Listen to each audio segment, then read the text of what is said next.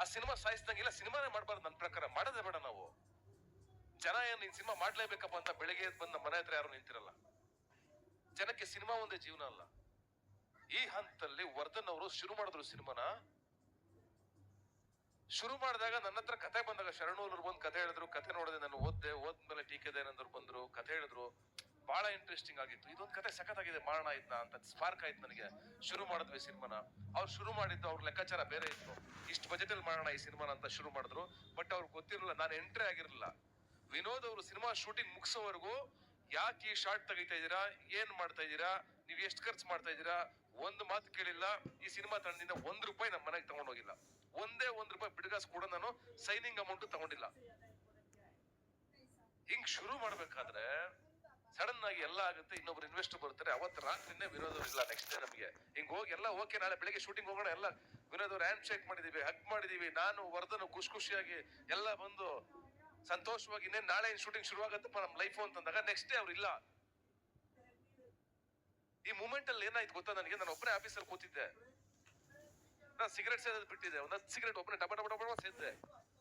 ಪೂರ್ಣ ಫೋನ್ ಮಾಡಿದ್ರು, ಎಲ್ಲಿದ್ದೀರಾ ಅಂತಂದ್ರು. ಆಫೀಸಲ್ಲಿ ಇದೀನಿ ಅಂತಂದ್ರು. ಸರಿ ಓಕೆ ಆಯ್ತು, ಬಂದೇ ಇರಿ ಅಂತ ಓಡ್ ಬಂದ್ರು. ಇನ್ನೊಬ್ರು ಓಡ್ ಬಂದ್ರು, ಮನು ಓಡ್ ಬಂದ. ಈ ಓಡ್ ಬರೋ ಇನ್ಸಿಡೆಂಟ್ ಗಳಿದೆಯಲ್ಲ, ನನಗೆ ಆ ಕ್ಷಣದಲ್ಲಿ ನನ್ನ ತೊಡೆ ನಡ್ಗಕ್ ಶುರು ಆಯ್ತು. ಏನಾಗ್ತಾ ಇದೆ ಈ ಲೈಫ್, ಏನಾಗ್ತದೆ ಈ ಸಿನಿಮಾನ ನಿಂತೋಗ್ಬಿಡುತ್ತೆ, ಇಷ್ಟು ಕಷ್ಟಪಟ್ಟಿದ್ದಾರೆ, ಇಷ್ಟೆಲ್ಲ ಆಗಿದೆ ಅನ್ನೋ ಒಂದು ಇನ್ಸಿಡೆಂಟ್ ಇದೆಯಲ್ಲ, ಅದು ಮತ್ತೆ ಸಿನಿಮಾನ ಹೊತ್ಕೊಂಡು ಹೋಗ್ಬೇಕಾ ಮುಂದಕ್ಕೆ ಅನ್ನೋ ಪ್ರಶ್ನೆನಲ್ಲಿ ಎಲ್ರು ಹಿಂದೆ ಸೆರೆದ್ಬಿಟ್ರು. ಎಲ್ರು ಹಿಂದೆ ಸೆರೆದಾಗ ತೇರು ಹೊರೋದಕ್ಕೆ ನಾನು ಇದ್ದಿದ್ದು ಒಬ್ಬನೇ ಹಾಕಿದ್ದೆ. ಅಂದ್ರೆ ವರ್ಧನ್ ಅವ್ರು ಆಲ್ರೆಡಿ ಒಂದು ಹೆಗಲು ಬಿಟ್ಬಿಟ್ಟಿದ್ರು. ಅವ್ರು ಸುಸ್ತಾಗೋಗಿದ್ರು ಪಾಪ.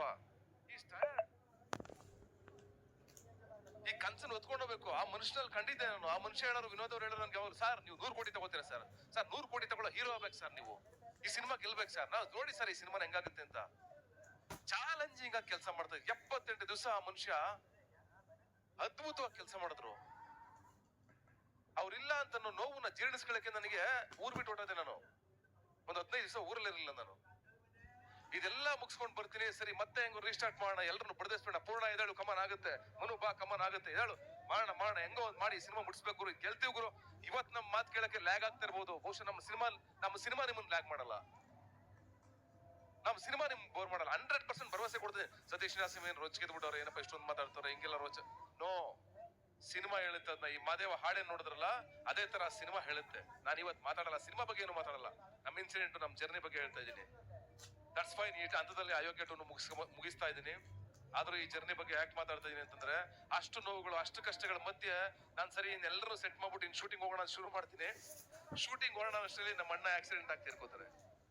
ಮತ್ತೆ ಏನು 1 ತಿಂಗಳು ನನಗೆ ಮತ್ತೆ ಹೊಡಿತಿದ್ದೆ ವಾಪಸ್ಸು. ಒಬ್ಬ ಮನುಷ್ಯರಿಗೆ ನೋವು ಮೇಲೆ ನೋವು, ಪೆಟ್ಟು ಮೇಲೆ ಪೆಟ್ಟು. ನಾನು ಮತ್ತೆ ನಮ್ಮ ಡೈರೆಕ್ಟರ್ ಮನು ಇಬ್ರು ಸಾವಿರಾರು ರಾತ್ರಿಗಳು ಕಳೆದಿದ್ದೀವಿ ಸ್ಕ್ರಿಪ್ಟ್ ಮೇಲೆ.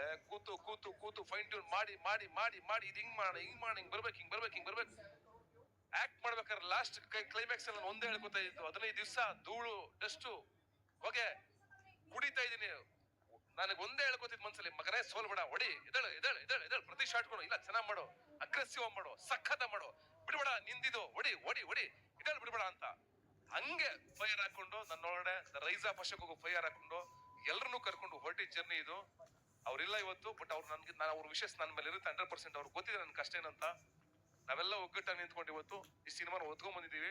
ಅದಕ್ಕೆ ಇವತ್ತು ಹೀರೋ ಆಗಿ ಲಹರಿ ವೇಲು ಸರ್ ನಮ್ ಜೊತೆ ನಿಂತ್ಕೊಂಡಿದ್ದಾರೆ ಈ ಸಿನಿಮಾಗೆ. ಅಂಡ್ ಪೂರ್ಣ ಕಣ್ಣೀರ್ ಹಾಕಿದ್ದಾರೆ. ಈ ತಂಡದಲ್ಲಿರೋ ಎಷ್ಟು ಜನ ರಾತ್ರಿ ಕಣ್ಣೀರ್ ಹಾಕೊಂಡು ಹತ್ಕೊಂಡು ಎಮೋಷನಲ್ ಆಗಿರೋ ಮೂಮೆಂಟ್ಗಳು ತುಂಬಾ ಇದೆ. ಶೋರಿಲ್ ನೋಡಿದಾಗ ಇವ್ ಕಾನ್ ಬಿಲೀವ್, ನಾನು ಅಳ್ತಾ ಇದ್ದೀನಿ, ಪೂರ್ಣ ಅಳ್ತಾ ಇದ್ದಾರೆ. ಒಂದು ಒಳ್ಳೆ ಶೋರಿಲ್ ಕಟ್ ಆಗಿತ್ತು. ವಾವ್, ನಾವೇನೋ ಸಾಧಿಸಿದೀವಿ ಅಂತ ಇಬ್ರು ಅಳ್ತಾ ಇದ್ವಿ. ಮನು ಹಾಡ್ ನೋಡಿದ್ವಿ, ಯಾಕೋ ಸಾಂಗ್ ರೆಡಿ ಆಗಿದೆ, ಒಂದು ಅದ್ಭುತವಾದ ಸಾಂಗು. ಅದನ್ನ ನೋಡಿದಾಗ ನಾನು ಒಂದು 10 ಸಲ ಹತ್ತಿರ್ಬೇಕು. ಅಪ್ಪ, ನಾವ್ ಇಷ್ಟು ಕಷ್ಟಪಟ್ಟು 3 ವರ್ಷ ಒದ್ದಾಡಿದೀವಿ ಕಣೋ. ಈ ನೋವು, ಈ ಸಂಕಟ ಮನುಷ್ಯನ್ಗೆ ಯಾರು ಶತ್ರುಗಳಿಗೂ ಬರಬಾರ್ದು.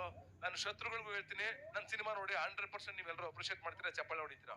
ನಾನು ಶತ್ರುಗಳಿಗೂ ಹೇಳ್ತೀನಿ. ನಾನು ಅಂತ ಮೂಮೆಂಟ್ ಅಲ್ಲಿ ನನ್ನ ಹಿಂದೆ ನಿಂತ ಪೂರ್ಣ ಆಗಿರ್ಲಿ, ವರ್ಧನ್ ಅವ್ರಾಗಿರ್ಲಿ, ಅಂಡ್ ನನ್ನ ಆರ್ಟಿಸ್ಟ್ಗಳು ಸಂಪತ್ ಆಗಿರ್ಬೋದು, ಲವಿತ್ ಆಗಿರ್ಬೋದು, ಎಲ್ಲಾರು, ಯಶ್ ಶೆಟ್ಟಿ ಆಗ್ಬೋದು, ಎಲ್ರು ಗಡ್ಡ ಬಿಟ್ಕೊಂಡು ವರ್ಷಗಟ್ಲೆ ಕಾಯೋದು ತುಂಬಾ ಕಷ್ಟ. ಗುಂಡಣ್ಣ ಅಂತ ಒಬ್ರು ಇದಾರೆ, ಇದೇಳಿ ಪಾಪ 2 ವರ್ಷ ಈ ಸಿನಿಮಾ ಆಗತ್ತೆ ಕಂಪ್ಲೀಟ್ ಮಾಡ್ತೀವಿ ಅಂತ ಗಡ್ಡ ಬಿಟ್ಕೊಂಡು 2 ವರ್ಷ ಸಿನಿಮಾಗೋಸ್ಕರ ವೆಯ್ಟ್ ಮಾಡಿದ್ರೆ ಮನುಷ್ಯ. ಈ ಡೆಡಿಕೇಶನ್ಗಳು ಸಣ್ಣ ವಿಷಯಗಳು ಅನ್ಸುತ್ತೆ ನಮ್ಮ ಲೈಫಲ್ಲಿ.